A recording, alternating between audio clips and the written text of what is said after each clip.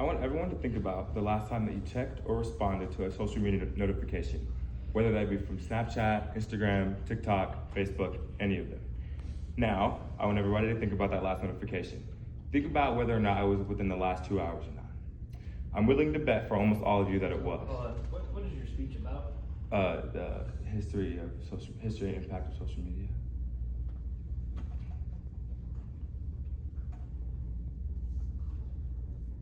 Thank you, sir. Please continue. I'm willing to bet for almost all of you that it was in the last 2 hours. For our generation, it's almost impossible to imagine a life without social media. I mean, how else will we share our life stories or connect with our friends and family? Social media has, without a doubt, heavily influenced modern communication, how culture is shaped, and how information is spread. Today, I'm going to walk you through the history and the societal impact with social media. Let's start with the history. Now, we all know that social media did not begin with viral TikTok dances or funny Snapchat filters, but with anonymous chat rooms that were popular in the 80s and 90s. These chat rooms were essentially huge, most of the time anonymous group chats that would be based and centered around varying topics. From chat rooms, we have the resurgence of our first real social media platform, which is MySpace. It allowed for people to share pictures, connect with friends, and post blogs. That should all sound pretty familiar because those are still the roots of basically every social media app today. From MySpace, we see Facebook come around, and then from Facebook, there's Instagram, and then all the ones we are familiar with today.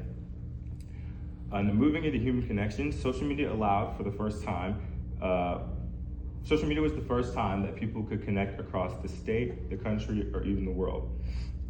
Social media builds community, whether that community is a group of fans bonding over their favorite celebrity, or groups of people who otherwise feel lonely without these anonymous chat rooms or social however they use it. Social media also allows for new ways of self-expression, especially with younger generations who tend to use it to express their art, their voices, or share their experiences. Now, all of these new connections come with bigger impacts on society, and unfortunately, some of them are negative. However, on the positive side, it allows for a broader activism movement, such as the Me Too movement, which allowed for people, specifically women, to have a safe space and share their experience with sexual violence or harassment.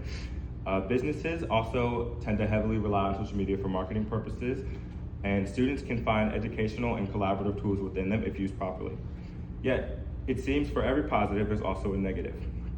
There's no doubt that social media actively contributes to mental health struggles like anxiety and depression because of the ease and fast spread of misinformation.